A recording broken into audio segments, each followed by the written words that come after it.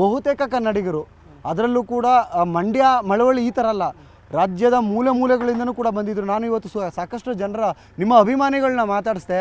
ಗಿಲ್ಲಿ ಗೆಲ್ಲಬೇಕು, ಅದೇನೋ ಡಮಾಲ್ ಡಿಮಿಲ್ ಡಕ್ಕ, ಗಿಲ್ಲಿ ಗೆಲ್ಲೋದು ಪಕ್ಕ ಅಂತ ಈ ರೀತಿ ಸೆಲೆಬ್ರೇಷನ್ ಮಾಡ್ತಿದ್ರು. ಏನು ಅನ್ಕೊಬಿಟ್ಟಿದೆ ಅಂದರೆ, ಬಿಗ್ ಬಾಸ್ಗೆ ಹೋಗ್ಬೇಕಾದ್ರೆ ಅಪ್ಪ ಇಷ್ಟು ಜನ ಸಂಪಾದನೆ ಮಾಡೋನು ಒಂದು ಅಷ್ಟು ಜನರು ಪ್ರೀತಿ ಉಳಿಸ್ಕೊಬಿಟ್ರೆ ಸಾಕು, ಅವ್ರಿಗೆ ಮೋಸ ಮಾಡಿಲ್ಲ ಅಂದ್ರೆ ಸಾಕು ಅಂತ.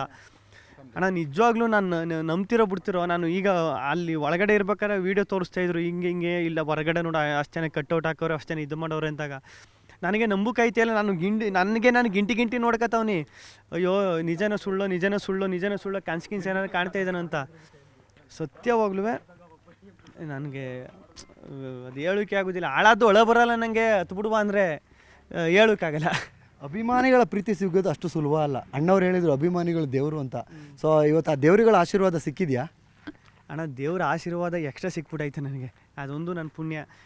ಹೆಂಗೆ ಹ್ಯಾಂಡ್ಲ್ ಮಾಡೋದು ಅಂತಲೇ ಗೊತ್ತಾಗೋಲ್ಲ ಒಂದೊಂದು ಟೈಮಲ್ಲಿ. ಅಯ್ಯೋ ಇಷ್ಟು ಪ್ರೀತಿ ತೋರಿಸ್ತಾರಲ್ಲಪ್ಪ, ಇವು ಹೆಂಗಪ್ಪ ಇಷ್ಟು ಪ್ರೀತಿನ ಆ ಯೋಗ್ಯತೆ ನನಗಿದೆಯೋ ಇಲ್ವೋ, ಆ ಅರ್ಹತೆ ನನಗಿದೆಯೋ ಇಲ್ವೋ ಅನ್ನಿಸ್ಬಿಡ್ತಾರೆ ಒಂದೊಂದ್ಸತಿ.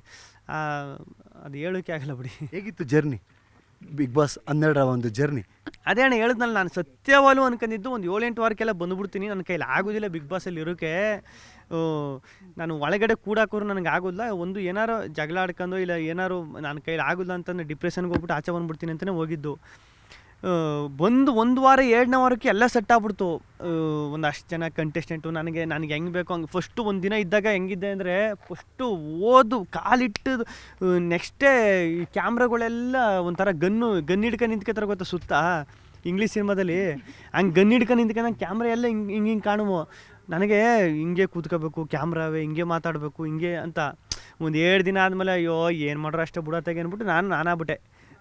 ಜಾಲಿಯಾಗಿ ಇದ್ಕೊಂಡು ರೇಗಿಸ್ಕೊಂಡು ಕಾಲು ಎಳ್ಕೊಂಡು ನಾನು ಹೆಂಗಿದ್ದೀನಿ ಹಂಗೆ ಇದ್ಬಿಟ್ಟೆ ಕಣ. ಅದು ಹೆಂಗಾಗ್ಬಿಡ್ತು ಅಂದರೆ, ನನಗೆ ಕ್ಯಾಮ್ರಾ ಇರೋದೇ ಮರ್ತೋಗ್ಬಿಡ್ತು ಒಂದು ಲೆವೆಲ್ಗೆ. ಒಂದು ಮೂಮೆಂಟಲ್ಲಿ ಕ್ಯಾಮ್ರಾ ಇರೋದೇ ಮರ್ತೋಗಿ ಮಾತಾಡೋಕ್ಕೆ ಸ್ಟಾರ್ಟ್ ಮಾಡಿಬಿಟ್ಟೆ. ನಾನಾಗಿದ್ಬಿಟ್ಟೆ. ಹಂಗಾಗಿ ನನಗೆ ಅಡ್ಜಸ್ಟ್ ಆಗ್ಬಿಡ್ತು. ಹೋಯ್ತಾ ಮನೆ ಅಡ್ಜಸ್ಟ್ ಆಗ್ಬಿಡ್ತು. ನಮ್ಮ ಹಳ್ಳಿ ಐಕ್ಳಿಗೆ ಮ್ಯಾಥ್ಸ್ನ ಕಬ್ಬಣದ ಕಡಲೆ ಅಂತೀವಿ. ಸೊ ಬಿಗ್ ಬಾಸ್ ಮನೇಲಿ ಯಾರು ನಿಮಗೆ ಟಫ್ ಆಗಿದ್ರು? ಎಲ್ಲ ಟಫು ಅಂತ ಹೇಳೋಣ.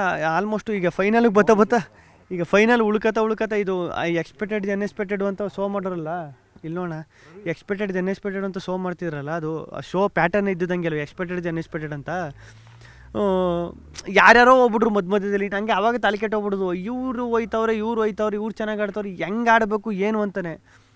ಒಂದು ಪಾಯಿಂಟಲ್ಲಿ ನಾನೇ ಬಿಟ್ಬಿಟ್ಟೆ, ಯಾರು ಬರ್ತಾರೋ ಬರಲಿ, ಹಿಂಗೆ ನಾನು ಹೆಂಗೆ ಆಡ್ಬೇಕು ಹಂಗೆ ಆಡಬೇಕು ಅಂತ.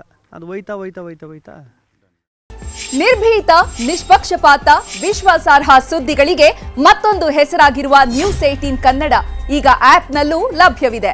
ದಯವಿಟ್ಟು ಇಲ್ಲಿರುವ QR ಕೋಡ್ ಅನ್ನು ಸ್ಕ್ಯಾನ್ ಮಾಡಿಕೊಂಡು ಆಪ್ ಡೌನ್ಲೋಡ್ ಮಾಡೋದಕ್ಕೆ ಮರಿಬೇಡಿ.